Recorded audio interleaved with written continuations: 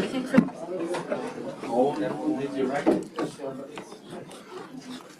Good morning, everybody, and welcome, Chief Constable, to you and your team. And also I'd like to welcome Graham Bigger, Director General of the National Crime Agency, who joins us today to give us updates.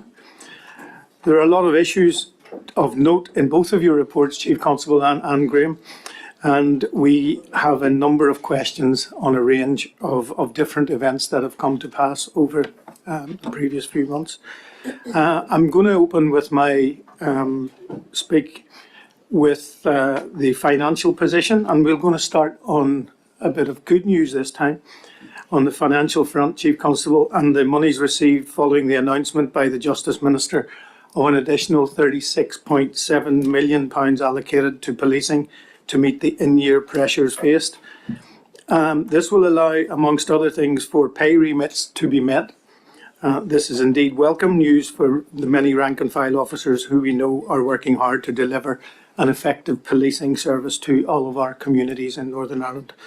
Of course, we still know the pressures ahead of the funding now needed to rebuild officers and staff numbers to a stable and sustainable level.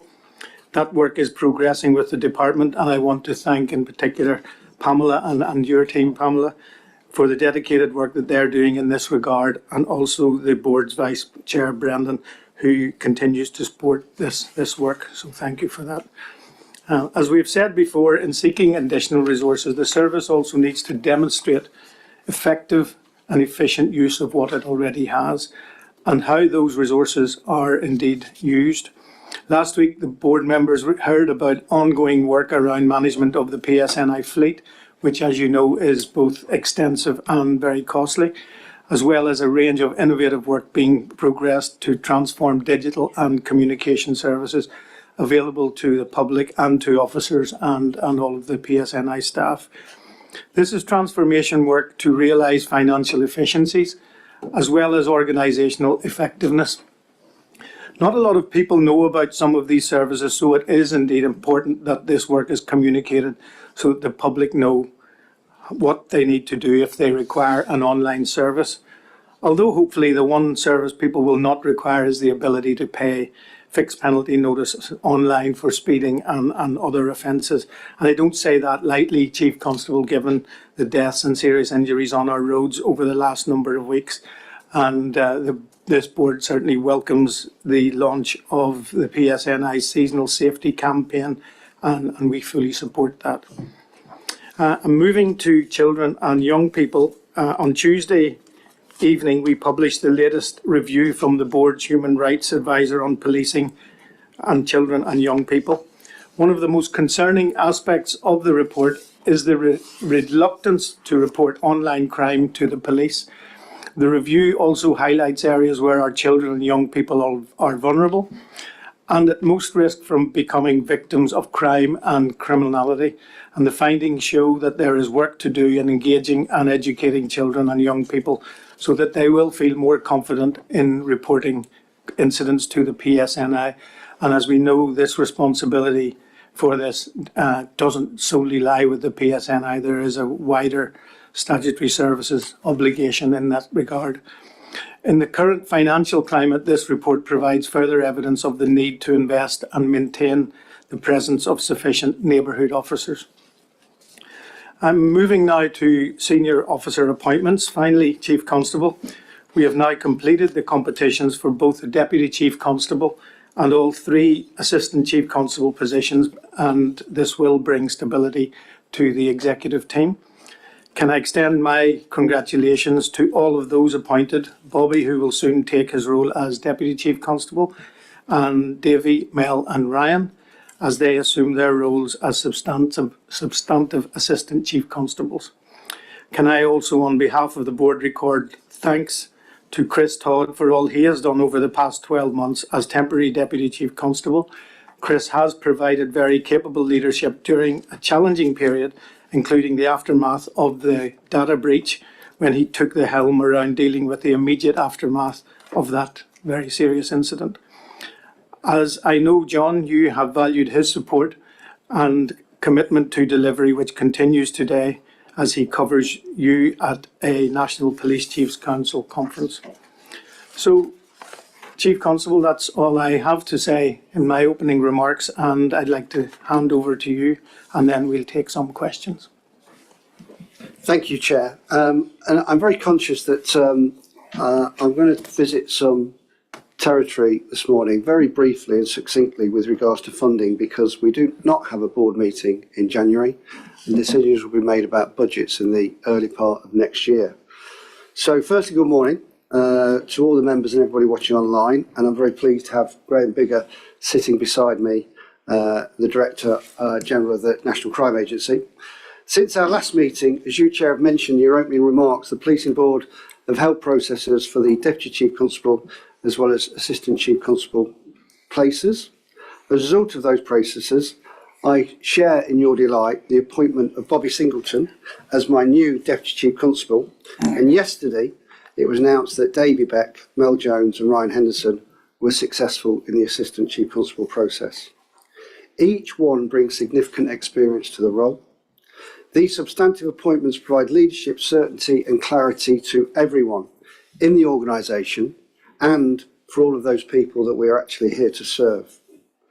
I was present for the entire duration of both processes, and it was truly humbling to hear of the passion and the vocational commitment each one of the team has towards policing and keeping people safe in Northern Ireland, with particular commitments towards neighbourhood policing, tackling violence against women and girls, crimes against vulnerable adults and children, and hate crime, constantly repeated.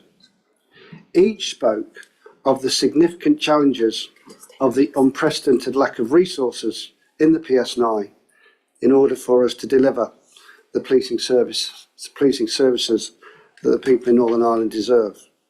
Like you, Chair, and I'm sure every board member and every member of the senior team, I too want to thank Chris Todd for undertaking the role as temporary Deputy Chief Constable for the last 12 months. Chris's support has been invaluable to the entire team, and his leadership through a number of key challenges, especially as you've referenced the data breach, has been exceptional. He's carried a heavy burden, which we as a team are enormously grateful. Today, as you've mentioned, Chair, Chris is representing me and the PSNI at the National Police Chiefs Council meeting, and I'm delighted to announce that the PSNI will be hosting that forum later next year, and this will be the first time that we've hosted our colleagues, Chief Constables from around the United Kingdom. I'm also delighted to add some additional information that Bobby formally takes the role as Deputy Chief Constable next Monday. So I'm really pleased for Bobby, and we're very lucky to have him as part, not just of the senior team, but in such a key role.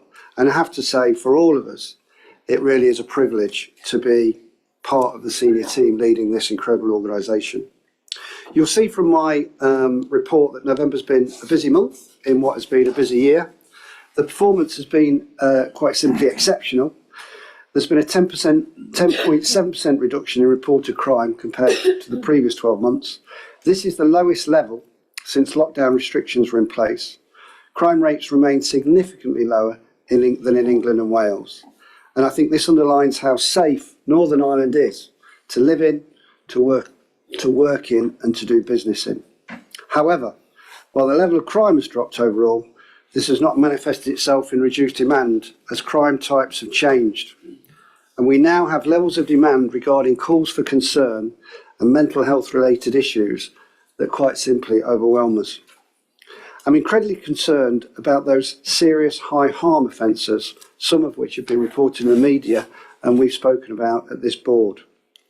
I wish to be crystal clear that with our dangerously low resources, this means that people will come to harm who otherwise would not, and we will not be able to do what we need to do to prevent people from getting involved in crime because simply we have a lack of numbers of police officers in our communities. This is a stark warning for this board and everybody in Northern Ireland. I'm of the view that our effectiveness to tackle violence against women and girls has and continues to suffer significantly through a lack of police numbers. I am especially concerned about the impact on monitoring dangerous offenders. We need more resources, or there will be high harm crimes committed that could otherwise be prevented. We've relaunched our Tackling Violence Against Women and Girls Action Plan, as you know, and continue to work tirelessly to ensure that women and girls can live their lives free from fear, intimidation and harassment. But we need the officers to do this. That any good level of performance has been maintained by the PSNI in the face of our resource pressures is something nothing short of remarkable. For example, levels of antisocial behaviour, which has such an impact on the quality of life for so many people in our communities, has fallen by 5%. We know from a recent board survey of our communities that antisocial behaviour is a key priority, so this trend is especially good news. Tragically, this year there have been 14 murders in Northern Ireland. That's 14 families whose lives will never be the same again, and our thoughts are with them. However, the efforts of our officers and staff have ensured that each of these has resulted in persons being charged to court or reported to the Public Prosecution Service. If you commit serious crimes in Northern Ireland, we will arrest you and we will prosecute you. However, we need to be visible in communities to prevent offending. The scourge of drugs, paramilitary intimidation, hate crime and antisocial behaviour. With such a huge reduction of police officers in our neighbourhoods and response policing, we're simply not able to prevent crimes and deliver safer communities as you and I would wish us to do. It's still very clear to me that it remains the case, and that's why I will continue to say this, that many people in Northern Ireland do not appreciate the dangerously low level of policing numbers that we have. Notwithstanding our numbers, we've seized over £10 million worth of controlled drugs and 30 firearms in the last 12 months. These were taken and removed from within our communities, with supply networks targeted and significantly disrupted. Just imagine what we could do if we had the same resources as policing elsewhere in the United Kingdom and in the Republic of Ireland. The extraordinary work to keep people safe carried out by officers and staff every day does not seem to make any headlines. This needs to change. I want to highlight just a few examples from last year. In January, 2 police officers risked their lives going into the River Barn in darkness to rescue 2 people who got into difficulty. Such acts occur all the time. Those 2 people would undoubtedly have died. Only earlier this week, and this happens all the time, I contacted 2 officers who rescued a violent woman entering her bedroom, which she had set alight, crawling to get her off her bed whilst she was seeking to assault them. Both officers suffered smoke inhalation and had to attend hospital, but saved the lady's life. I make such calls every week for acts of bravery. In August, detectives from our Modern Slavery and Human Trafficking Unit disrupted an organised crime gang in Ballymena suspected of trafficking Russian women for the purposes of sexual exploitation. 4 people were arrested and charged with a number of serious offences, including controlling prostitution for gain. October saw the culmination of a long-running, highly complex international criminal investigation into the online child abuse and blackmail crimes of Alexander McCartney. Over 3,500 victims were identified, and McCartney's been sentenced to a minimum of 20 years in prison. We know there will be lessons to learn from this investigation, but the complexity and volume were extraordinary. Some of you will have seen the incredibly powerful BBC docu-series about this investigation, Teen Predator Online Killer. We work closely with the local documentary makers to highlight the online threat to children. It is not an easy watch, but I urge all parents to watch it, and please be aware of what your children are doing online. As I've said many times, where we get things wrong, because we deal with the most challenging issues in society, we will learn lessons and own our mistakes. However, the day-to-day delivery of policing in Northern Ireland, with the pressures and numbers we have, is nothing short of remarkable. That's the story of the PSNI, and we should all be very proud of our officers and staff. As well as some great work to support victims and communities, we're determined to look after our workforce. We've now hosted our 3rd Team PSNI event. We've scheduled 6 more for 2025. Over 1,800 colleagues have attended, and had the opportunity to hear from and question me and the senior team, they've also heard of inspirational work done by their colleagues and from grateful victims and stakeholders who value what they do. In October, I told you about the incredible bravery of those recognised at our High Commendations Award ceremony. We've also made good progress regarding long service awards, as you know, in which there's been a significant backlog previously. We've delivered 9 events this year. Over 1,200 people have attended these events. They acknowledge and thank our workforce for all the work they do. They're critically important. We have a further 7 ceremonies already planned for next year. As you mentioned, Chair, I am really delighted to say that last month we received the welcome news that the Justice Minister has allocated £36.7 million of funding to the PSNI. This provides us with the ability to balance the books for at least this year. I'm particularly pleased that this announcement will enable progress to be made on this year's outstanding officer pay awards. I thank the Minister for her decision to prioritise and support for policing during this monitoring round. I am really grateful for this. But as welcome as the additional funding is, a recent budget planning exercise has highlighted that we face a pressure of over £100 million next year. A future budget that accounts for these pressures would provide us with financial stability and end the cycle of uncertainty that comes with having to rely on in-year funding. This is just not sustainable.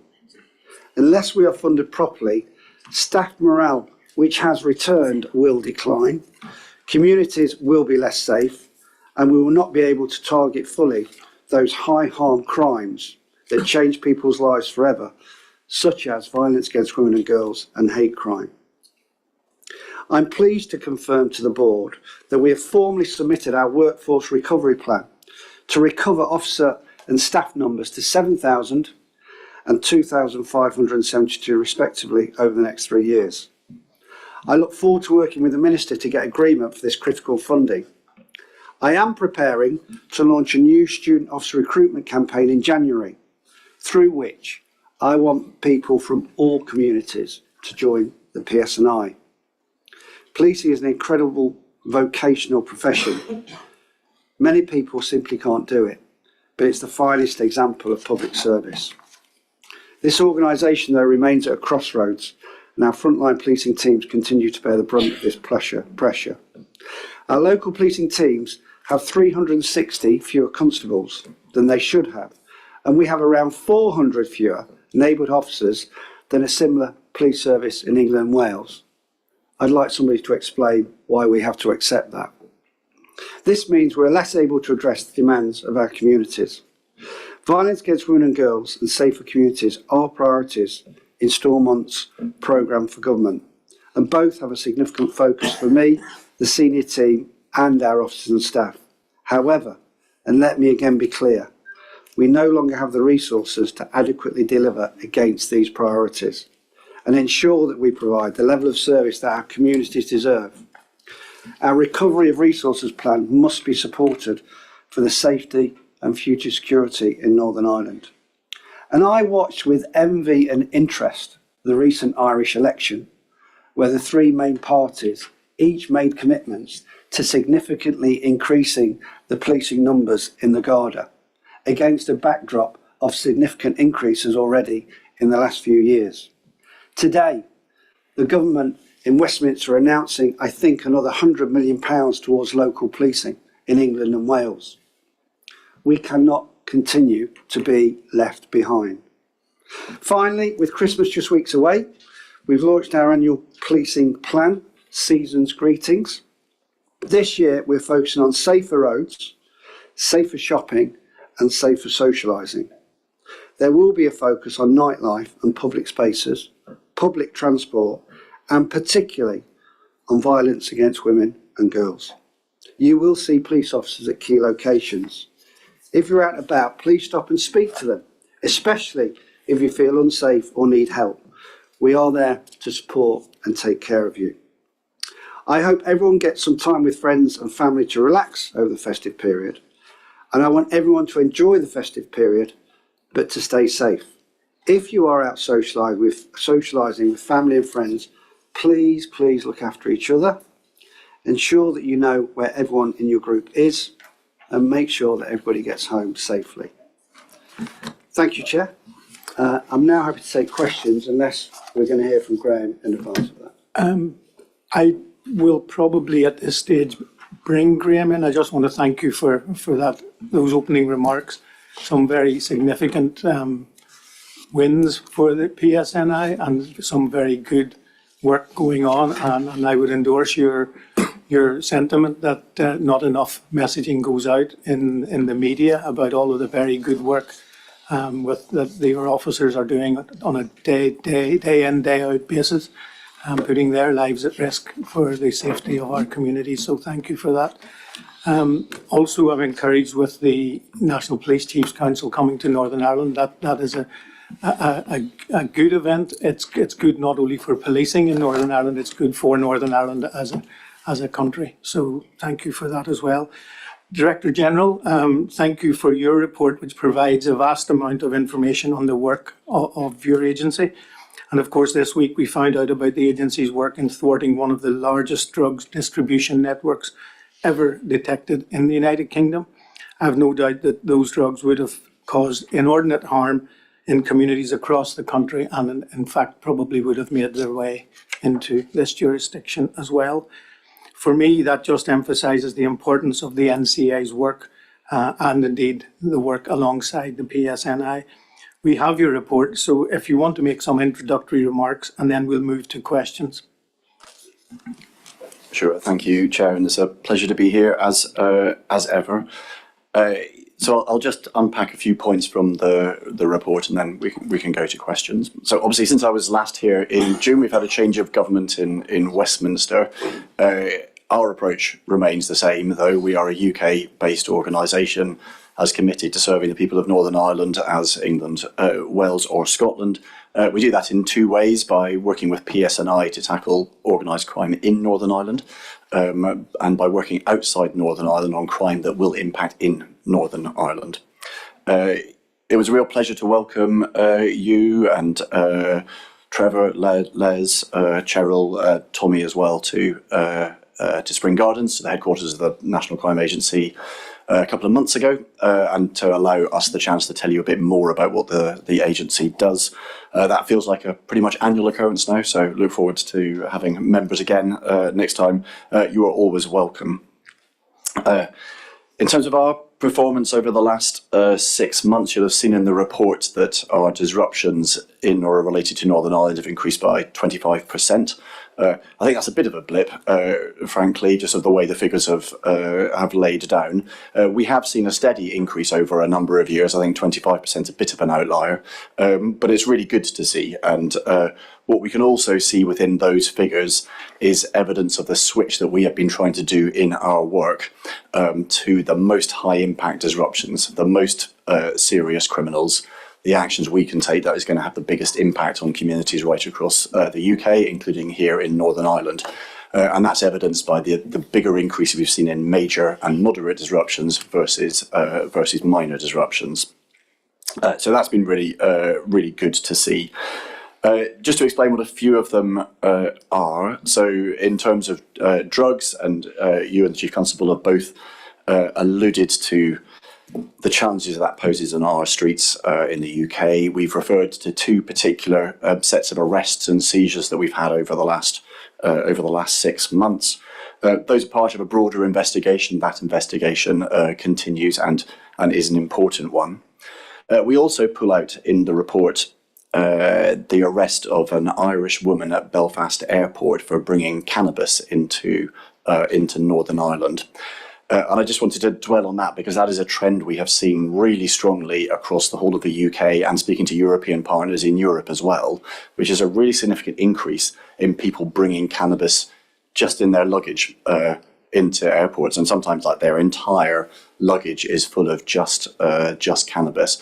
That's posing a real challenge for us in dealing with all of those individuals, but it is many a week that we are now arresting. So we're seeing that in Northern Ireland, but we're seeing it right across the UK as well. And you referred, Chair, to an investigation that we concluded last week.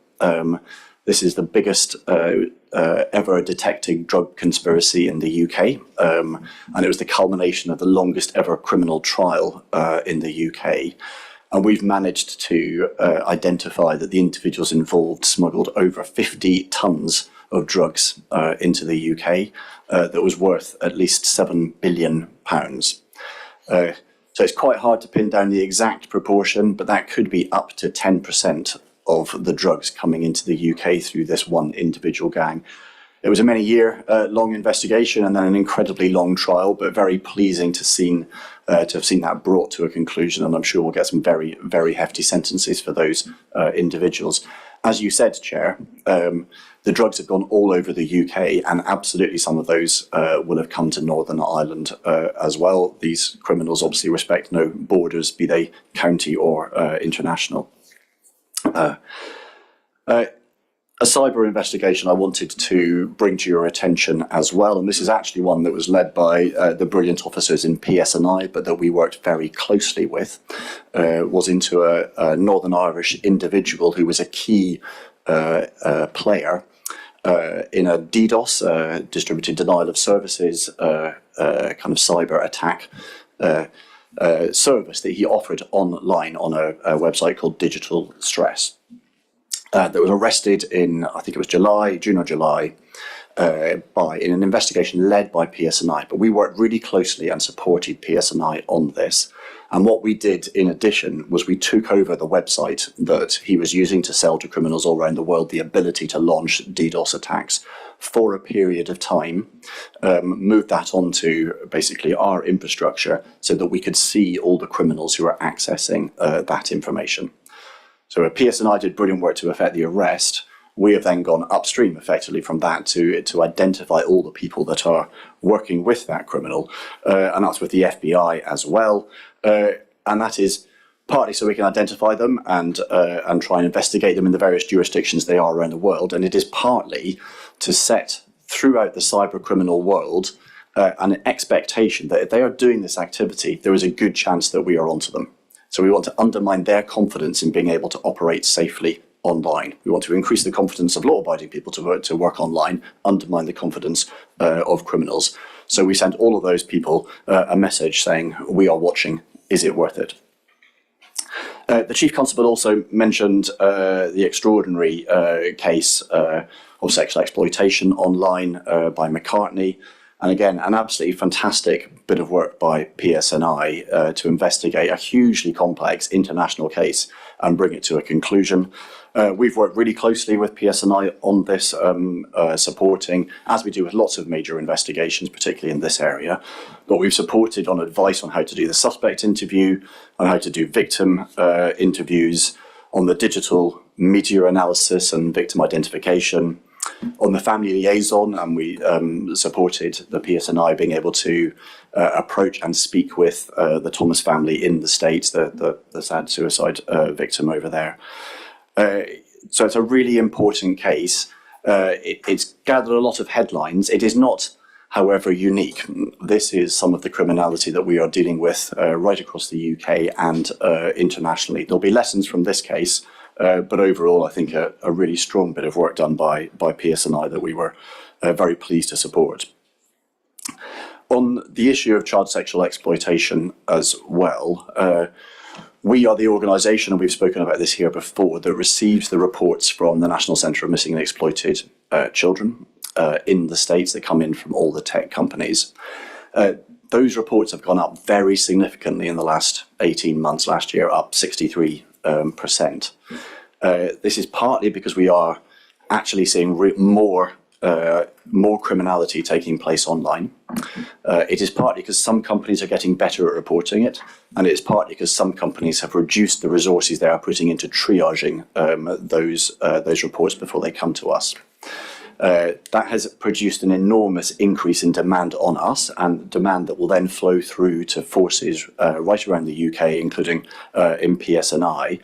We have therefore got a backlog, in those referrals that we are sitting on. We have stabilised that backlog to the massively increased numbers that are coming in, and working our way through that. So there will be more reports coming to PSNI to deal with over the next year, which is worth everyone being aware of. But in the last 6 months, we put 324 referrals into PSNI, which have led to 51 arrests and 61 safeguards.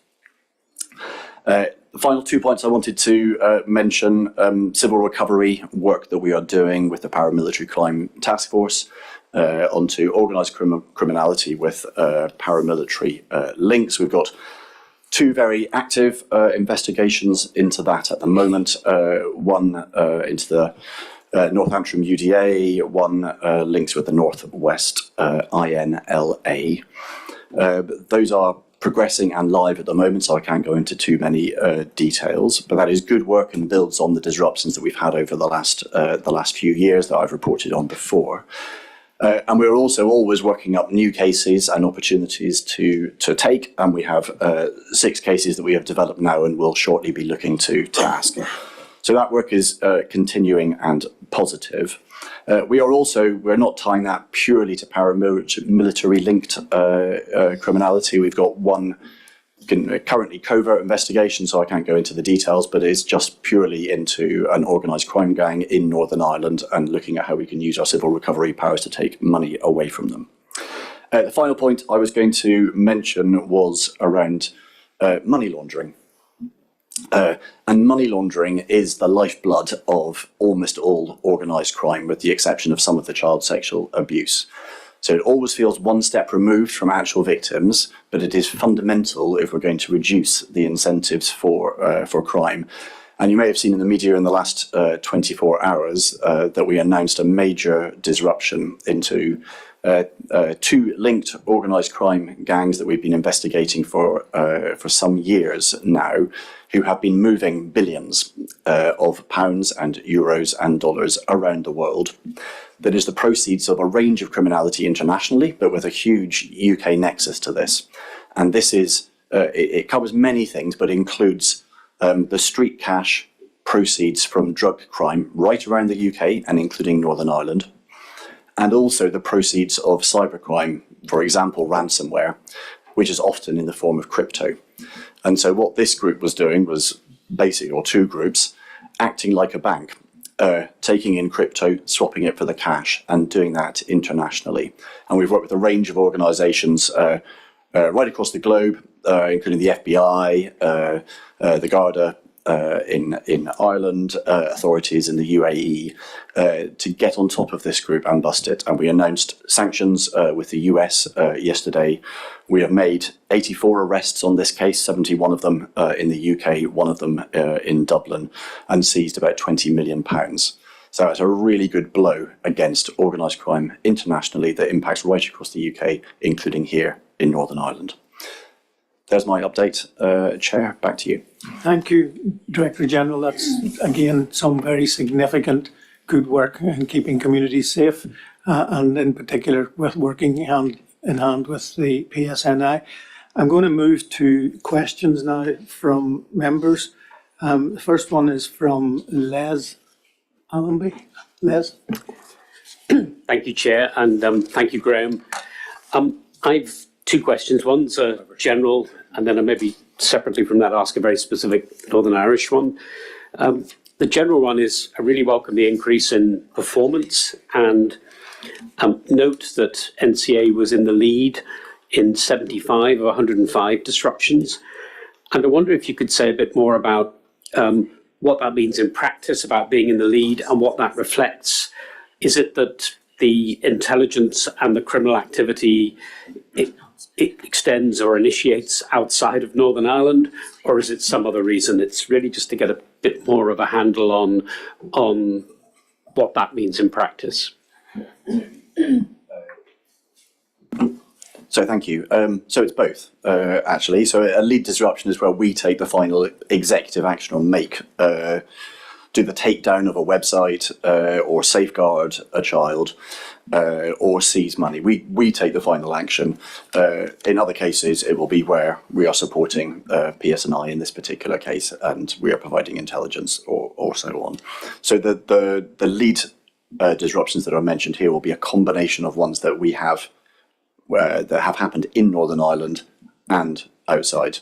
I don't have the breakdown in front of me of what they are, but for example, I mentioned the referrals that come from CSERB, from NECMEC. There are child sexual abuse referrals. That would just be us in support. We provide the intelligence through to PSNI, and the 51 arrests that I mentioned will be disruptions by PSNI. That will be a support from us.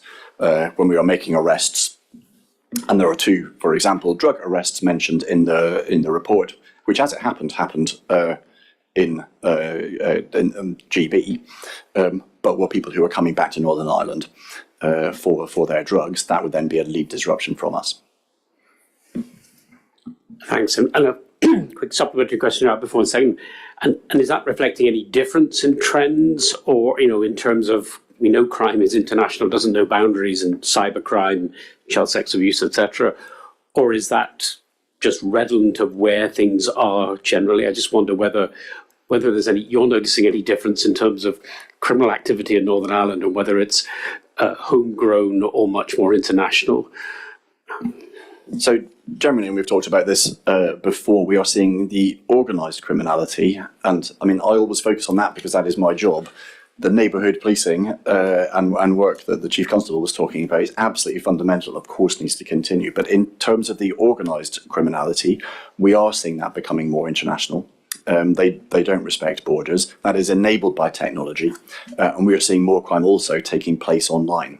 So when we're thinking about where we focus our effort, where it's going to have the most impact on local communities, that is sometimes by taking action not in the local community, but in the case I mentioned, the money laundering network, in Moscow, or online. The digital stress example I took is us taking over websites online. So in terms of other trends we are seeing, we have been pushing, and with our strategy, we have been pushing to go for the more high impact disruptions, so to go for majorate and moderate in our definition rather than minor.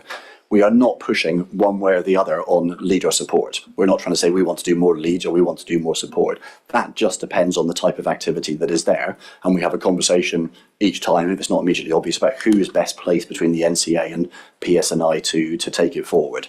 So in that, we've got no particular drive. We just want to do the best thing in that particular case.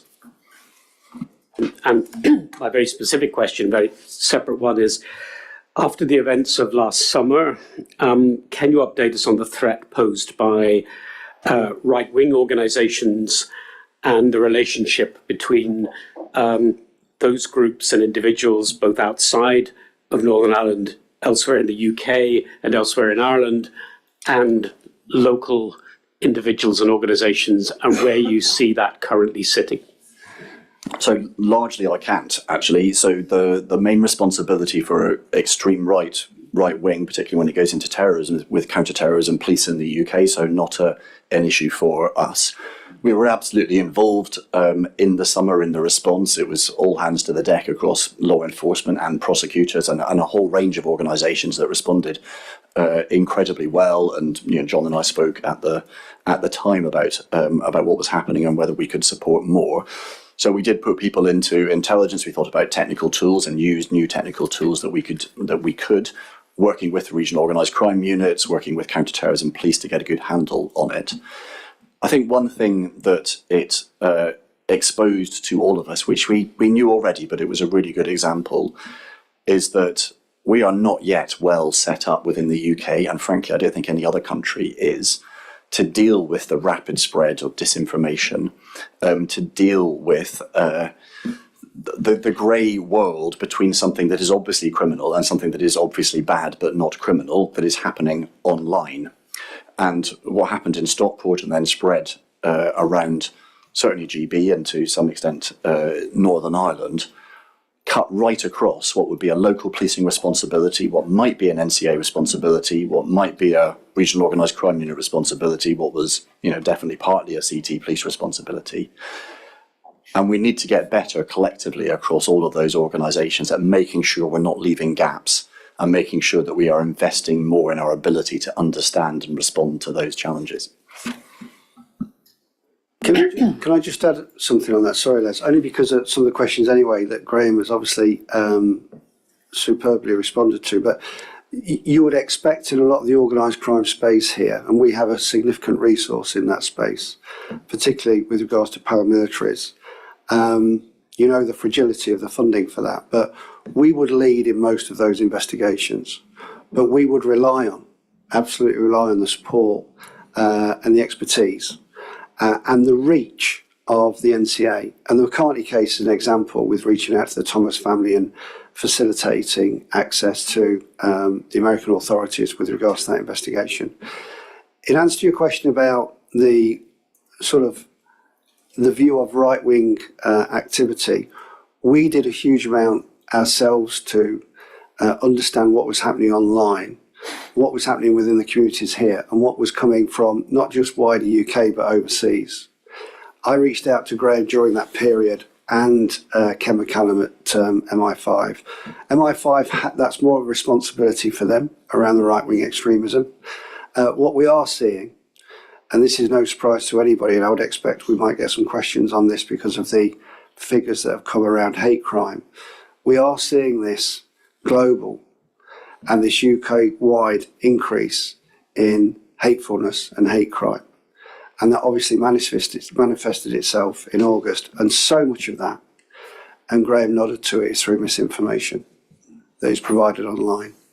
And our organised crime capability, C1, did a huge amount to look at what was happening online and went out and arrested people, seized material, seized firearms, seized money as a result of looking at what was happening behind some of the writing. And we did see people, were arrested with a background with paramilitaries, but we didn't see any coordination from paramilitaries with that.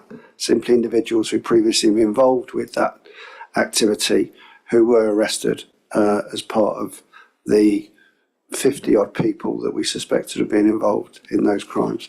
I just asked David, I don't know if David Beck just wants to add anything on that. Yeah, and thanks, Chief. Thanks, Liz. I suppose the only thing I would add is that we are seeing a shift in terms of extreme right-wing. We're seeing an increasing threat in an area of concern coming from extreme right-wing.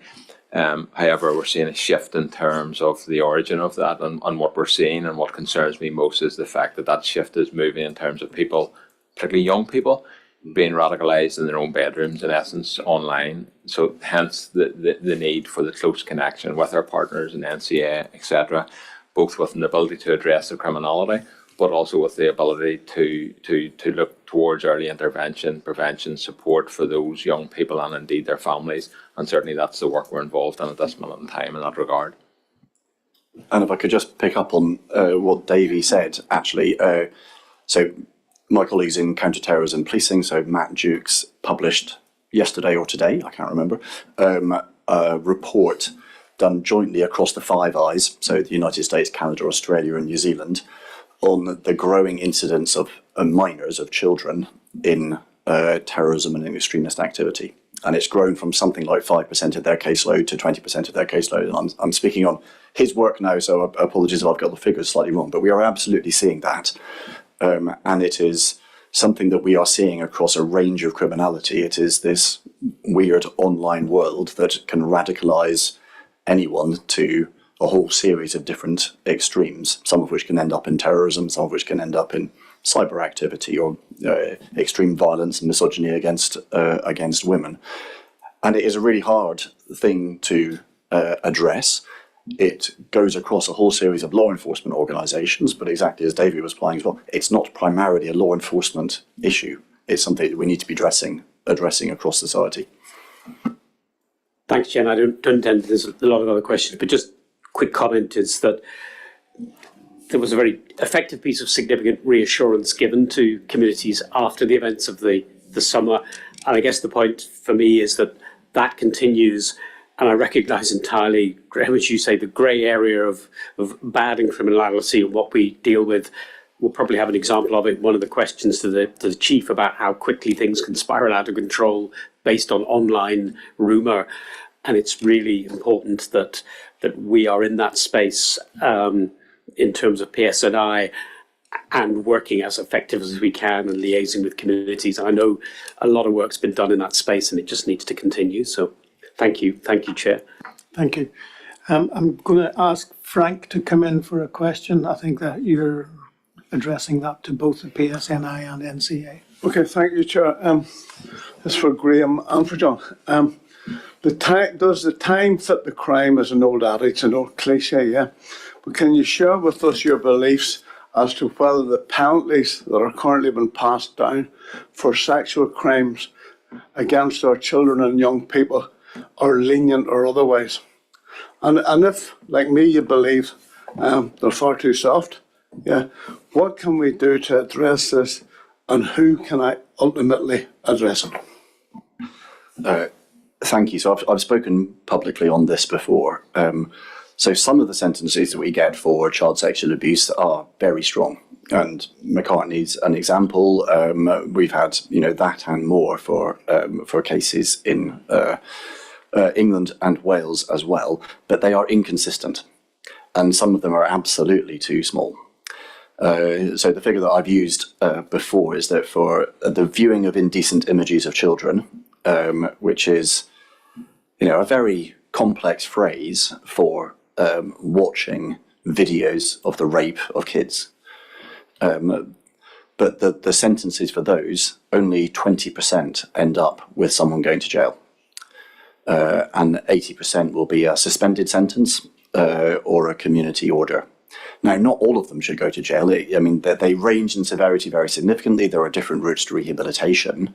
And judges have to take all of that into account, absolutely. And that is what they are best placed to do. And I can't, in a helicopter way, second guess any of them individually. But that balance feels wrong. 80% not going to prison. So I think that does need to change.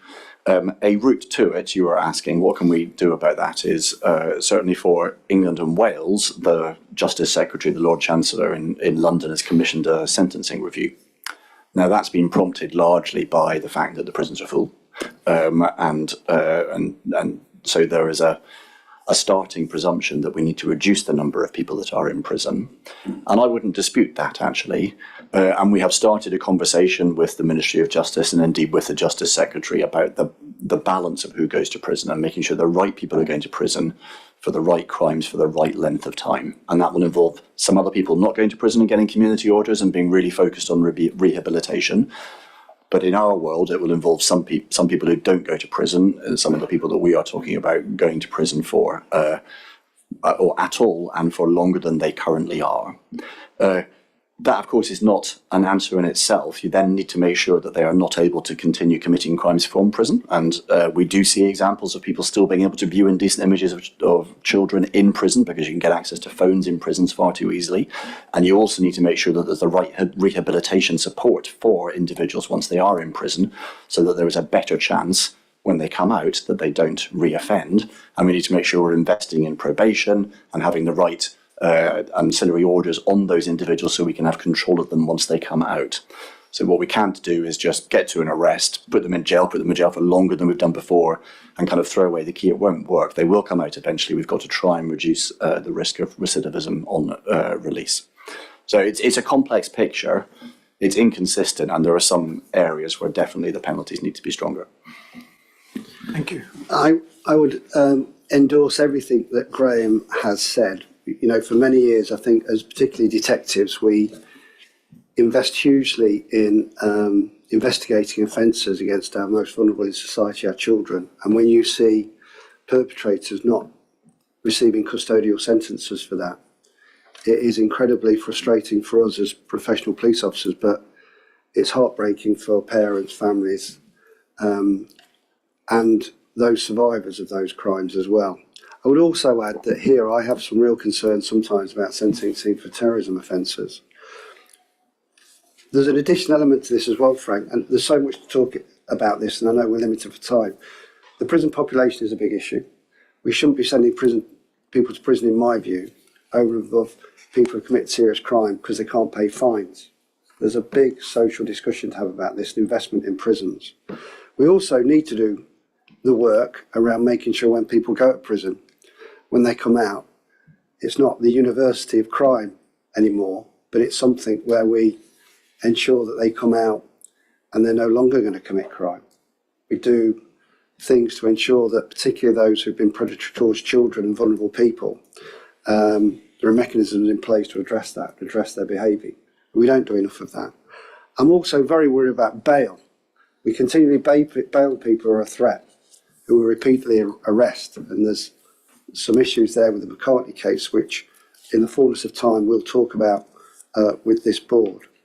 Prison is about deterrence for me though, and one thing I will say is there is a framework by if it's unduly lenient, and I have done this a number of times, you can, if unduly lenient, appeal that sentence. So you have to have the support of the prosecuting authority to do that, but that is an option around that. I obviously will be raising personally some issues with the late Chief Justice, so I've got a huge amount of support for her and the judges here, but just around some of the feelings of victims around some of the sentencing issues. But they have to follow the frameworks that are in place for them. The last thing I'd say is about deterrence. I have a very clear plan next year. We have to cross all the T's and dot the I's, but to publish convicted photographs of people who've committed these heinous crimes and their sentences as a deterrence. To actually show that if you commit these crimes, we will arrest you, we will prosecute you, we will convict you, and we will make it clear that you commit these crimes. And we took something of that approach with regards to the rioting that occurred in the summer, and by putting images out of those who were suspected of those offences. And it was my intention, we changed our internal processes around the publication of photographs of people convicted to show those people responsible for that disorder publicly through convicted photographs. We've not reached that point yet. You know, our justice process is slower than in England and Wales. We've not had that opportunity. But it's something I think we all share in, but there's a lot of complex views and different views to take into account. But certainly I don't think it's right. And we would all share your concern about people getting non-custodial sentence for some of the most awful life-changing crimes that there are in society. If I could quickly pick up on that as well, Chair, it'd be very brief. And it builds on what Les said in terms of the response to the rioting in the summer. The length of sentences, there isn't much evidence to suggest that the length of sentences changes the deterrent very much. The likelihood of being caught matters, and the speed at which action is then taken matters. And that was a great success in the summer. I mean, it was fairly easy to catch people because it was all on CCTV. But the DPP, the CPS in England and Wales particularly, did an incredible job of getting things through court very quickly. And while it's slower in Northern Ireland than in England, the judicial process is pretty slow in England and Wales too. We take an awful long time to get to court. So if we can speed that up, that would be as important as increasing sentences, I think. Thank you. I have a question from... Sorry, if I just come in, Chair, thank you very, very much for the comprehensive answer on that one. We are meeting with the Minister next week, so hopefully it's a subject we can raise with her as well. Thank you, Frank. Brendan has a question on the service operating model for the Chief Constable. Thanks, Chair. Chief Constable, first of all, congratulations to all your officers and staff for the excellent end of year report that you have provided in terms of their successes against criminality in Northern Ireland. It was a really good read. I have a question in relation to the service operating model, and obviously it's against the background of challenges with regard to resourcing. And you refer in your report to the work that you've been doing to review the service operating model. I'm particularly interested in phase 1. And I was wondering if you could share with us some of the projects which you have identified to ensure the effective use of the limited resources that you have. Well, I will bring Aldrina in because she's been doing so much of this work, and it's been hard yards, but we are there now, I think, with regards to a few fundamental issues. Firstly, and there's no criticism in what I'm about to say, we didn't really understand where all of our people were when I arrived, okay? And we've done a huge amount of work to understand exactly where all those resources are. And by way of example, we now know that broadly 25% of our resources are in local and response policing. That's not enough. We've become out of shape as police officers have retired and recruitment stopped. We have not properly understood those issues. And by the way, it's very difficult to reset an organisation in quick time. It takes a period of time to do that because you can't move police staff into those roles, by example, because they've not got the warranted powers. So we've done a huge amount of work now to understand where our resources are.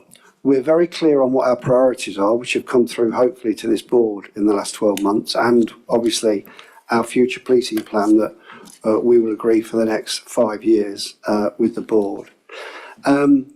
We also are very alive to the issues around sickness within the organisation and ill health retirements. When we looked at the data, our ill health retirement data shows 4% of the organisation are looking at ill health retirement.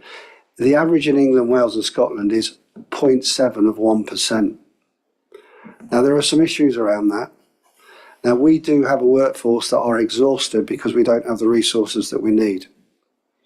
But some of that, I think, is officers who have gone through the same experiences in England, Wales and Scotland. This isn't trouble-related officers. This isn't officers with that service profile where they've experienced some of those terrible events during the Troubles. Is that our officers are going for ill health retirement when others simply aren't. And I need to address that. And I've made it very clear to the team I'm going to address that. Also, our sickness levels, they are higher than anywhere else.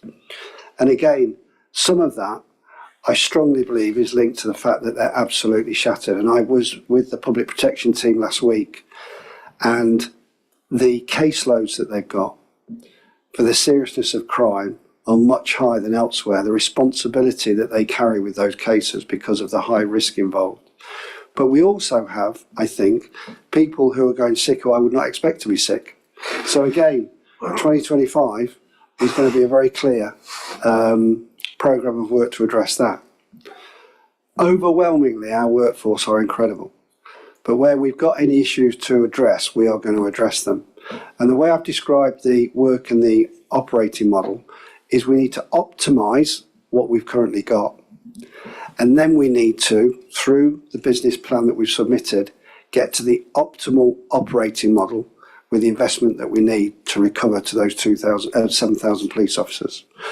So that work, I would expect you to see that happening in April, the transition of resources, because these things, because of all sorts of employment reasons, don't happen overnight. But that's the time frame for that transition.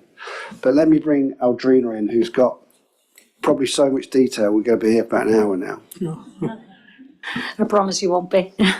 I'll keep it brief. So it is the service operating model and optimisation is the flip side essentially of the workforce business case. And as the Chief has clearly pointed out, we've equally committed to that parallel process of assuring all the assets are being maximised. Essentially what's come through so far, we've done a full review of our resources across the organisation, and notwithstanding some of the issues that we know in relation to absenteeism and ill health retirement, which we do need to address as part of this, there are broadly 3 areas that we've identified where we've identified opportunities across the organisation. Some of those are longer term change programs that will help us reduce demand, things that the board will have heard from colleagues before, the likes of Right Care, Right Person, and where we're looking at our demand management models. Other elements are on our efficiency agenda, and some of that, again, some members will have heard of around some of their, particularly our digital transformation, where we're trying to implement automation and other things that will reduce the demand on our staff and officers across the organisation. But the piece that we've prioritised initially initially that the chiefs referred to, and particularly into the sort of April phase where we're hoping to see some change, is on our workforce modernisation strand in particular. And the reason we're looking at that area is that we think there are opportunities for us to look at some of the roles that we have within the organisation, and also as an assurance to, at any point in time, identify where we need to place our staff most prioritised in terms of dealing with the demands we face. There's a full suite of about 25 projects that broadly fit within those three categories, but we are very much focusing in this initial phase of looking at that workforce modernisation piece and hoping to have some change plans operational from the 1st of April. That whole programme is then also underpinned by a recalibration and a reset, essentially, of some of our strategies, which again will be some longer term investments required. So things like, and members will have heard of this before from our Leapwise report and otherwise, is that a lot of the other things that happen within the organisation, not least, for example, our estate, are old, costing us a lot of money to operate and to staff as they are. So there is in that space an opportunity around our rationalisation programme to help us optimise the resources of our estates as well. So those underpinning strategies are all part of the Service Transformation Board's programme of reform as well. So aside from that, the only other thing I'd want to add, I suppose, to the work we're doing on the operating model is to be, we're alive to the national agenda on this space as well, and members may well be aware of work that's going on nationally in relation to the police productivity review, and we've been very much engaged in that space as well. So in terms of sense checking what we're doing, and I'm assured certainly with the work that we're doing that we're ahead of the game in the sense of having a good understanding of where we are as an organisation and how we might pivot ourselves in terms of some of the productivity. That will come with challenges. There's two fundamental challenges that stand out. One is the need for, in some cases, particularly in the digital space, around invest to save type initiatives that would help us be more productive over the longer term, and in the context of our financial position, that's a challenge. And the second key challenge for us is actually our capacity for change as an organisation that is workforce constrained, and identifying leadership and the ability and the space to actually implement some of the changes that we are proposing to make. So those would be some of the key, that's the position that we're in at the minute. Thank you, Aldrina. Okay. Yep. Thank you. I'm going to ask Nuala now in relation to Katie Simpson to come forward with your question. Thank you, Chair.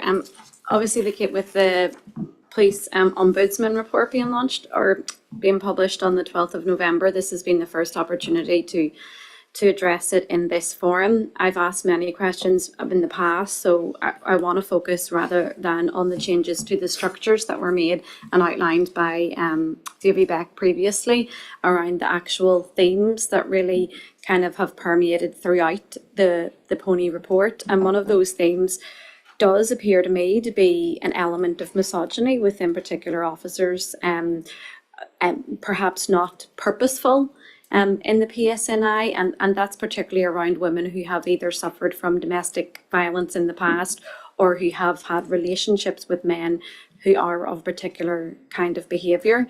And I wonder, is there any thought that the leadership team is going to give to that kind of theme that runs throughout the Pony report, through the interviews with like many people involved, and how to tackle that moving forward to ensure that investigative mindset is fairly open and all options are explored. It's just, Katie Simpson is just one example of this element of misogyny within the PSNI. We can link back to the discussions we've had around the cultural audit too, but I think it's a serious question that members of the public have come to ask about following this report being published. So thanks for the question, Nuala. Yeah, I think I'll answer it certainly in two parts, and I'll open it up to the team, Davy and others. Firstly, you talk about misogyny in the organisation, and there's a sense from reading the report around there may be some behaviours there from officers. Yeah, I'll be very clear, and we're doing a lot with the team PSNI events, Nuala, around all our support networks are there. The very clear messaging that we're giving, and their investments in our organisation, those team PSNI events, is about the behaviours and standards of this organisation. which by and large, I have to tell you, and I walk the floors, I don't sit behind my desk. I know people aren't going to misbehave in front of me, by the way, I'm not that naive, but by and large, I've got a good radar, good connections right into the depths of the organisation. We have an organisation that behave impeccably, but I know there will be people who are in this organisation, as there are in every organisation, in every profession, who will behave in ways of misogyny, who will behave actually in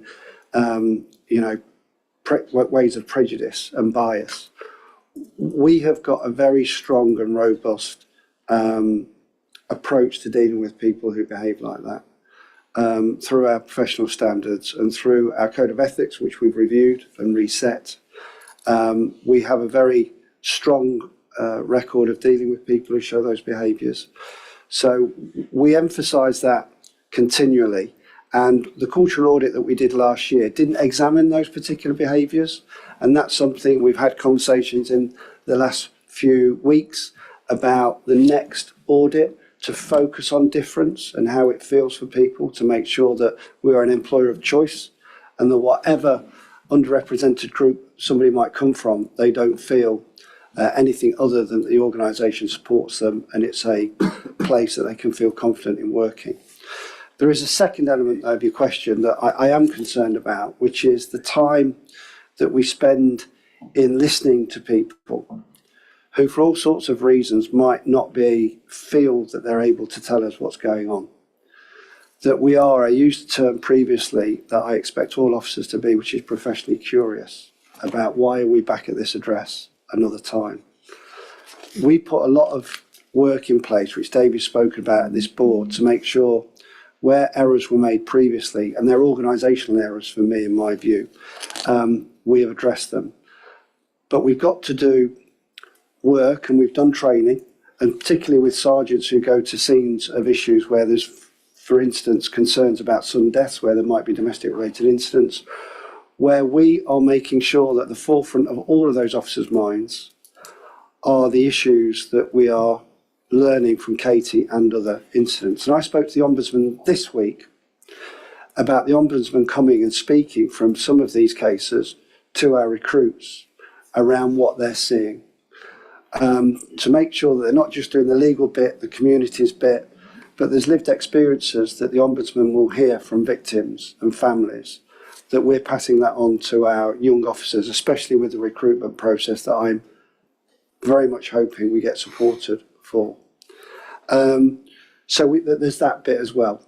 The other bit around these cases that causes me a concern, there's a third element, and it's not something, that I'm saying to try and again underpin the issue about resources. I do worry about the time they've got. I use this comment at the Team PSNI events with officers. If you've just got if there's something niggling at you, just take a beat. Don't go to the next call. However urgent you're being told you've got to close this one down. Do the things that your instinct is telling you to do.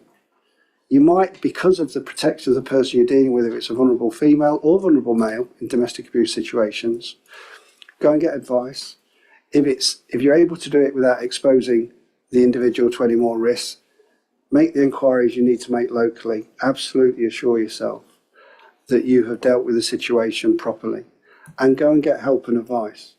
And they're the sort of things that I think, if we get those three things right around behaviours, response at the scene with people and listening to them, and if you like, our investigative curiosity, I think a lot of what we've seen in some of the cases that I've been made aware of, and then I go and meet the families and I listen to how we've responded to them, I think will be a considerable way towards addressing some of the concerns I think that we've shared and we've seen in some of these cases. But I'll just bring Davey in on that, because obviously I've asked Davey to look at a number of these specific cases. Yeah, thanks, Nuala. I suppose as Chief said, for me, there's probably two key elements: the cultural piece, and I think that the Chief has covered that quite well in terms of the linkage to the cultural audit standards, robust investigation, and the code of ethics in essence. And then there is the learning piece. So as you're aware, I chair the critical incident group. that will address the identified learning coming out of both the pony investigation in this case, other cases and other issues of learning, but just in terms of continual improvement of how we investigate, how we respond to those issues, much of what the Chief has mentioned there. So in essence, trying to develop that into operational delivery at the front end. And that group includes representatives from right across the organisation to ensure that this goes much more broadly than just crime department and supports the entirety of what we do and how we do it. The key themes within that group at the minute are the actual review of the death investigation manual. So we've already reviewed that, but I've reopened that review to make sure that all those issues that have been now identified through the report. And I welcome the publication of the report, which gives us the opportunity to really drill into that now and learn and improve. So that work is ongoing. That does include some of the work in respect of our connection with the reporting to and delivery of services with the coroner's office, state pathologists, etc. But also key to this is the support for our frontline officers and supervisors to make sure that we provide real clarity in terms of their role, what's expected, and support them to deliver that. Training follows from that clearly in terms of both the standards, the support, to give our people the confidence, the skills, both the interpersonal skills, but also the investigative skills that are necessary to deliver that learning, but also to address some of those cultural issues that were mentioned. Another theme is around the alerting of suspects, addresses, locations of interest, how we can best do that, again, to ensure that we make that as simple for our officers and staff to be able to link and connect the pieces of the jigsaw as such. And the final piece at this stage is around offender management and how we can link that to the prevention piece, that we're not dealing with further homicides if we can potentially identify and address those that are causing most risk and harm within the community. So those are the key themes and across of how we manage that learning piece moving forward. Advances are being made, but this is about taking time to work through all those elements. And I see this very much as being a continual process, whilst it's driven in the initial stages by our response to the critical incident that is trust and confidence in policing as a result of Katie Simpson and our failings in that regard. But I see this as much wider in terms of that continued learning, that continued evolution of how we best respond to those threats, those risks, and provide the best possible service to victims and as a consequence to the communities, but also supporting our workforce to be able to do that. And I'm happy to continue to report back to the board in terms of the progress of that work and, over time. But I am seeing improvements. I think it's a final point, and I am seeing our people responding to those criticisms in a positive way. Thank you. Thank you. One thing that I would add on to that, in terms of the service instruction around, sudden or unexplained deaths, was that Katie didn't actually die at the scene and didn't die for days later. And it's important that it isn't just around the sudden or accidental death, especially on the scene, but also even the simple question of, was this person ever a victim of domestic violence? And also, was her next of kin that person who actually was the perpetrator in that domestic violence, and managing that too in terms of the behaviour, and then finding out. You mentioned around working with the coroner's office and the state pathologist office, it was the fact that even Jonathan Creswell was actually contacted during the post-mortem, I think is something that we need to look towards in all of those deaths where there has been a domestic violence incident. Who is the person that is contacted?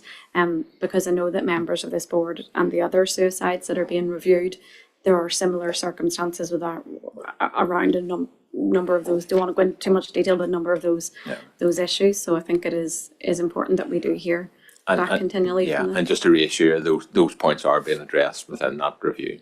Absolutely. Can I mention one more thing, Chair, just to reassure Nuala, and Nuala knows some of this anyway, and I don't want to go into detail now, but I will in the new year. We're taking this incredibly seriously. I think you all know that. This is a societal issue, it's not just a policing issue, but we're looking to work with the stakeholders in this arena, both here and in the UK. And I'm looking to bring in some external scrutiny to look at what we're doing to address what's happened before, and is that enough? And that would also involve speaking to stakeholders like you, Nuala, to say what are the issues that you're seeing and you're hearing about. So there's a further level of accountability and reassurance, really, because we're very open to making sure that we are, as good as we can be. And this particular area is one of the reasons we joined the police service, is to protect people. So I'm very determined to put something in place in the new year that will be independent of us, to see that we've responded properly. Okay. Thank you. I have two supplementaries on this issue, one from Peter and then one I'll move to Linda after that. Thank you. My question was answered, Chair. Oh, good. Thank you. Linda? Thank you, Peter. Thank you for the responses so far. My question is not specifically on any case or even in relation to the case. It's just in relation to that wider training and understanding piece. And I accept what you're saying. Like in society, not everybody is guilty of specific crimes or specific misogyny, but those who sit and say nothing are equally as guilty, because it is that silent permission that allows it to go on. So, and that's hard for all of us to admit, because, many people, if not all of us, have at some point in our lives done that, if we're honest about it. So we need to all feel enabled to challenge it appropriately. So and I met with Lindsay Fisher last week, so she gave me some detail of what is happening, but I just want to know, is that going to happen right across the organisation around that bystander training, that bystander education? And it is wider, and I know that the White Ribbon organisation did some work yesterday. Actually, I was listening in this morning with a school in West Belfast, an all-boys school, which I think is really, really good. And I'm not suggesting any specific organisation, just to be clear, but I really think this work is massively important, because we can't have that permission by silence. Yeah, thanks. I was just going to reference that. I did listen to that report in the radio this morning, and I think that to me is the societal response that we need in terms of that message. But yes, we need to ensure that as an organisation, we too are cascading that, so that the bystander element is part of our Violence Against Women and Girls Action Plan for year 3 and beyond. So our intention is to continue to roll that out. And it will be phased, so we'll focus on those that are most likely to need it in the first instance, in terms of local police and our public protection branch officers. But yes, the intention would be to continue to evolve that. I think within the region of 6,000 officers have already received additional training specific to FOG, domestic violence, etc. So this is part of that continual rollout, challenging ourselves, but also, as I said earlier, trying to ensure that our officers have the confidence and the skills to be really effective in this area. So yes, is the short answer, Linda, if that helps. Thank you. Thank you. And thank you, Davy, for your response. I'm going to move to Alan Chambers for a question on K9. Thank you, Chair. Can I ask the Chief Constable for his assessment of the added value the assistance of the K9 Search and Rescue Charity has brought to PSNI missing person searches? So thanks for the question, Alan. I have to be very cautious what I say about individual groups and charities, because funding's provided through the DOJ and actually through other routes. What I will say for the K9 charity, but other charities as well, we need the help of other organisations with very specialist skills and resilience in looking, in this instance, and the example of what this charity does, for people who've gone missing who are vulnerable. So I'll take help from anybody. I know there are a number of examples of a number of organisations who have been really successful in finding people. You know the challenges of our numbers. You know and by the way, that's representative throughout the organisation. Our specialist elements, that includes our dogs and our specialist dogs. So I welcome the support of all organisations who provide incredibly important services to supplement what we're doing, and we do rely on a number of those services. But I have to be very cautious about referencing individual charities. I hope that helps. Thank you very much for that, Chief Constable. And certainly I'm disappointed on behalf of K9 that they find themselves in this situation, which is completely outside your control. But I'm sure you would agree with me that in a case of a missing person, those early hours of a search are absolutely vital, and possibly the more support that can be offered to the PSNI in those situations is to be welcomed. Thank you. Peter Osborne has a question on hate crime. Yeah, thanks. I mean, it's towards the end of the meeting, and you've touched on some of this anyway, but I'm going to ask the question anyway, because I think it's important just to refocus on the statistical side of it. Before I do, can I just make a quick observation that there was an event at Fourth Spring a couple of nights ago, and it was a really positive, good event. And can I just reference that, partly because of having that discussion within those communities on such a sensitive issue as a human rights report is really important to have it there with the young people. And some of the information and conversations I had around police recruitment was really positive in that community as well.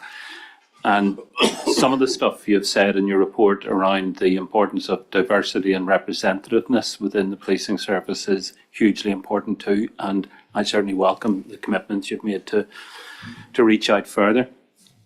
But a couple of days ago, I got a notification on my telephone, as we all do, about something I was saying 10 years ago. And I think it was in response to a race equality strategy and statistics that showed a big increase in race hate crime. I think it may have been when crime with a hate motivation overtook crime with a sectarian motivation, which is a significant thing in this community. But what you're also indicating is that the race hate crime statistics are for the 12 months are higher now than they have ever been since these records started 20 years ago. And I think I just want to reinforce that and ask you to comment on that again. Are there reasons for that, in your view, that we should be cognizant of? And I suppose I want to ask you to comment on what further the police is doing about it, because if we have any tolerance of that sort of behaviour, it will lead to more race hate incidents and crime. So what is the police doing about it? But more importantly, in a way, this is a societal issue also. So what would the message be to those who have an influence within those societies and those communities from a civil society or political leadership point of view to change the narrative around this rather than depend on the police to pick up after an incident or crime has taken place? Well, firstly, and I genuinely mean this, thank you for the question, Peter, because this is an area that I think everybody, not only around this table, but on the board would share, would have a shared position on around hate crime. But if I could just deal with the data, because it's important we put this out there. So the quarterly hate crime update, which we published on the 28th of November, it covers the 12 months from the 1st of October of last year to the 30th of September this year. It highlights that crimes with a race hate motivation saw the largest increase, with a small increase also seen in faith/religious identity hate crimes. There were 521 more race hate incidents, an increase of 41%, and 309 more race hate crimes recorded in the previous 12-month period, an increase of 36%. The number of both race incidents, which was 1,787, and race crimes, which was 1,161, are the highest 12-month levels recorded since the data began being collected in 2004 and 2005. The 350 race incidents recorded in August of this year comprised the single highest monthly level in the data series, around twice the figure of the previous monthly high recorded in July 2024. In addition, faith and religion hate incidents rose from 48 for the 12 months from the 1st of October 2022 to the 30th of September 2022 to 111 in the subsequent 12 months, and hate crimes increased from 32 to 75 for the same period. So the data is incredibly worrying. Interestingly, if you look at page 8 of my report, interestingly, that sets out that hate crimes and incidents for sexual orientation, sectarianism, disability and transgender, the other protected characteristics, have all decreased. So, causes, what's happening here? I think we're seeing this globally, we've referenced this. A movement, behaviours that are causing tensions amongst different communities and society. We responded very robustly earlier this year with regards to signage that was erected, both in Belfast in A District and in Antrim and Newton Abbey L District. That signage appeared, at least in part, to be part of the community's response to immigration. We have to deal with those things very quickly. You all know, and Graham referenced the terrible events of the 29th of July when Elsie.BB and Alice were killed in Southport. And what we then saw here in Northern Ireland and across the UK. Our response has been very clear and very strong. We targeted those who committed race hate crimes in August. We had a very robust response from a criminal justice perspective around those responsible for the rioting, the intimidation and the attacks against not just the Muslim community, but any community of difference, really. We personally saw all of those victims and have followed up with those groups. In fact, Bobby and I had a meeting only last week with a number of the leaders of those groups to see how they are, basically. What does it feel like now?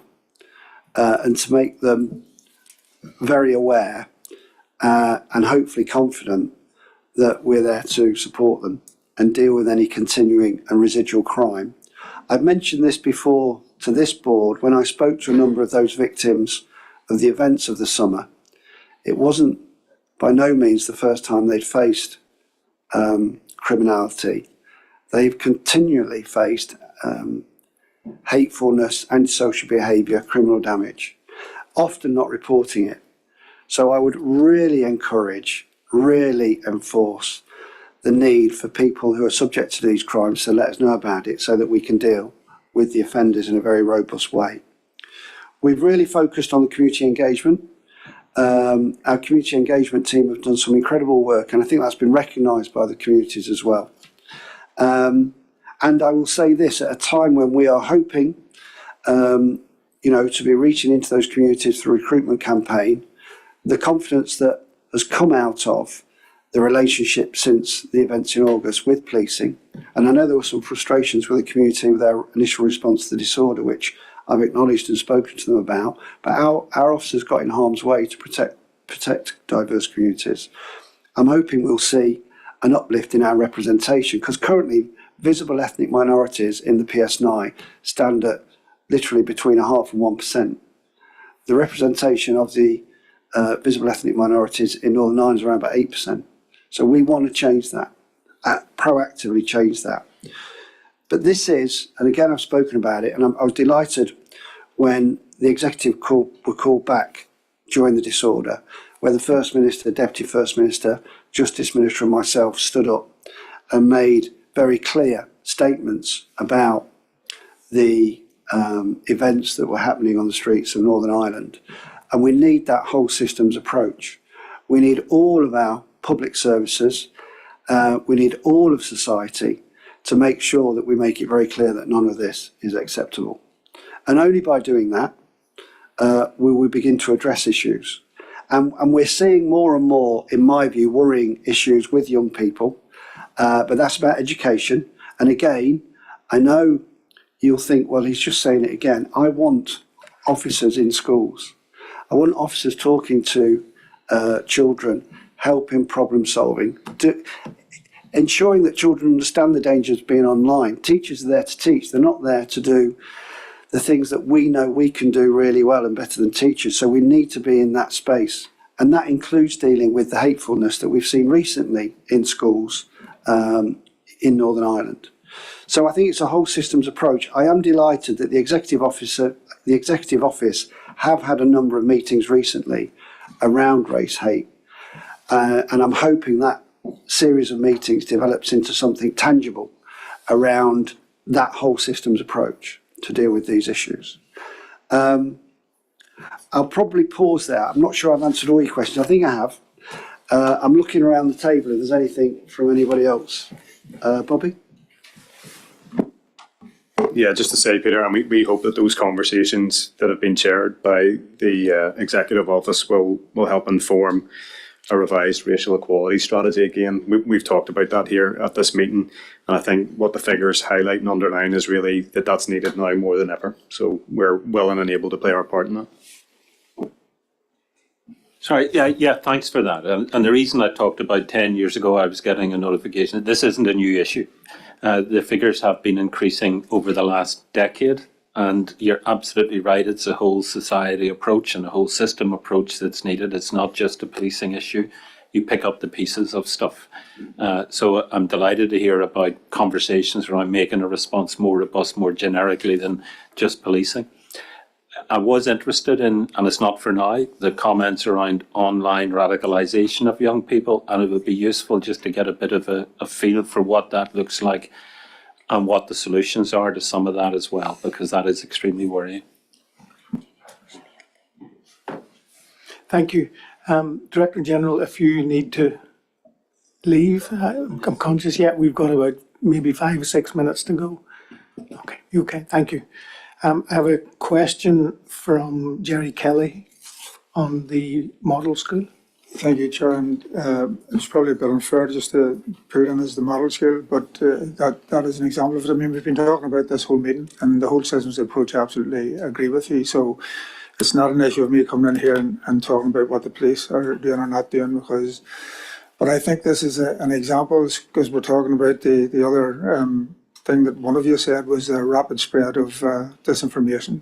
We know we're in the cybernetic age. We know it's an entirely changing almost day by day, and people are getting very sophisticated at it. But in the end, it's the social media, which I think, in a local sense, if I could go local, in a local sense, makes the difference here.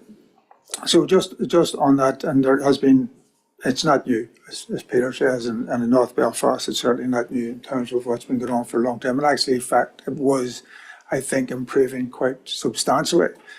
And social media has nearly come into the middle of it. And whatever happened the other day, and there was a lot of work done, I know, by local police officers, also by political reps, and I think Nuala was involved as well as others, talking to the families, talking to the school. And that I just wanted, if you can, and I know this is a public session, and the last thing I want to do is the answer, because what happened there was an explosion of misinformation, not necessarily intentionally, but you can then see that people of right-wing views start adding into it and jumping on it. But I thought there was, and I might be wrong on this, but there was a bit of a delay in the fact that there was no knives involved. But that was the thing that needed to come out first, to sort of bring this right down, and which made it worse. And I was just wondering, were the police told of that, and is there any notion that was done quickly enough? That was going to, I just thought that triggered off the whole thing. Now, it's not just, in fairness, at Tumadal. I mean, it's hard to remember when I was in school, but I know even in school we had fights with them. But what worries me is, in the whole conversation we've had in this whole thing, is that at children's level, at school level, it's having an effect there as well. And I do think, to go back to your term of whole systems, so I'm very much titled now, but just in terms of the police and that, and I think they have gone, in fairness, and a lot of these occasions have gone further than they need or are asked to go. But I just wondered if there was an update on that and what way that is turning out. So I'm happy to speak to you off table, Gerry. I think with regards to the particular instance at the model school, it's for the school, the education authority, and we are supporting them. We were notified of incidents on the 5th of November, and we are making sure that those incidents are properly investigated, and that everybody, is, as I say, basically receiving our support. But I think it would be inappropriate for me to talk about that any further than that. But I am happy to talk to you off table. What I will say, and you mentioned the misinformation, repeatedly, and I received information during the disorder in the summer from friends of mine in America that was completely false about what was happening in Northern Ireland. I didn't even have time to respond to it, but it just shows how, for all of us, there is, because of the advancement of technology and the various social networks that now exist, a new reality for us about misinformation that is causing so much harm. And some of it is obviously the responsibility of the people who have responsibility for those platforms. Some of it is responsibility of individuals to recognise the risks of people providing misinformation. But I think also there's something about making sure, you have alluded to this with the school, where we can get information out that's accurate, verifiable, and addresses misinformation. I think we should look, and I'm not talking about the school as an example, but generally for us as the PSNI, we should make sure we get that information out. So it doesn't allow for misinformation to fester and grow, and attitudes to become hardened and misinformed, which often leads to breakdown in society. That's what we saw in the summer. And I think, just from a policing point of view, that is the point. If there's a piece of information which needs to get out, and the police see something like that, it's when the police say it makes a difference. When they say it, we've checked the CCTV. There's nothing there. I think is the important policing part of it. There's a lot of other work has to be done on an ongoing basis. But thank you. Could I just add on that, Chair, actually, and then I really need to run around, but with apologies. So I agree with everything that the Chief Constable said, and actually with Gerry as well. It is hard to get the verified information out as quickly as the disinformation is going out. I think we all need to do better at getting it out quicker than we do at the moment, but there will always be a lag. I think that the tech companies have to take their responsibility, the social media companies, much more seriously. The bit we haven't quite mentioned in the debate so far is the regulation of those tech companies. So the Online Safety Act that came in last year, which is still being implemented, and Ofcom, the regulator for that, that is putting duties on those tech companies. And part of what we can do as law enforcement is make sure that we are providing a really good evidence base into Ofcom so that they can enforce that legislation well and really hold the tech companies to account. And with that, I'm afraid I do have to dash for a flight, but always good to be here. Thank you, and wish you a safe journey back, and all the best for the festive season. Thank you. We have one question from Kate Laverty, and then we will conclude today's session. Thank you, Chair. Chief, you've mentioned strong and robust processes, professional standards and a code of ethics to prevent misogyny within the service, but feedback we've received from a recent meeting between our Chair and the Women's Police Association raises serious concerns about how females experience working in PSNI. It sounds like you share these concerns, and I know that you've committed in your own personal objectives to addressing gender representation. But what assurances can you give to female staff and officers that changes will be made to improve their lived experience of policing, especially in light of the forthcoming recruitment drive, supposed to diversify the workforce and increase numbers from underrepresented groups? So again, Kate, generally thank you for the question. We have got, as an organisation, extremely strong relationships with all of our support groups, which includes the Women in Policing Association. Interestingly, we meet them regularly through a couple of different forums, both individually with the group and also through Your Voice. there was an anonymous survey, and there were 2 points, as I understand it, there were 2 points raised with the chair. One was the unsuitability of the current one-piece public order suit, which I think has been an issue for a few years for staff, female staff. So I'm very happy to reassure you that that's now been addressed. Sorry, that operation on my nose is just coming back at me. That's been addressed with the approval of a two-piece suit, which is now with the procurement team. So that will be available to our female officers from next year. The second thing was raised that through the survey that they identified with the chair, which is the unsuitable changing or locker room facilities in some stations. Now, because it's anonymous, we don't actually know where those stations are. So we have directed estate services to undertake a review of all of our establishments in consultation with the staff, but our Women's Police Association, to ensure that any concerns in respect of any of those facilities is addressed. And when I spoke to them after the meeting, your question was very, I suppose in a way, if I hear that, it's very concerning about the sense of the Women in Policing Association experience, I suppose, in the organisation. The relationship we have with them, and they very much come and support the team PSNI events, is very positive, Kate. If they have any issues outside of the rhythm of meetings, they can approach me or any of the senior team at any time, and they will get a very, as all the sport associations do, they will get access and a very supportive response. And what I want to do is demonstrate through these forums, but also working with those groups, that we really, really want to demonstrate ourselves as an employer of choice. So if there are issues, we will listen and we'll do everything we can to address them, especially as in January we will be, because our pool of recruits for the process that we're currently undertaking, just replacing those officers that we lose through retirement and natural wastage. Obviously, we're hoping to uplift that through the recovery business plan to much more input of officers and staff. But going out to recruitment, we want to encourage so many underrepresented groups to join the organisation. And I can assure you that we are an organisation that is an organisation that we're all very proud to be a part of. Like every organisation, including the various parties you come from, the various backgrounds in work you come from, there are going to be issues.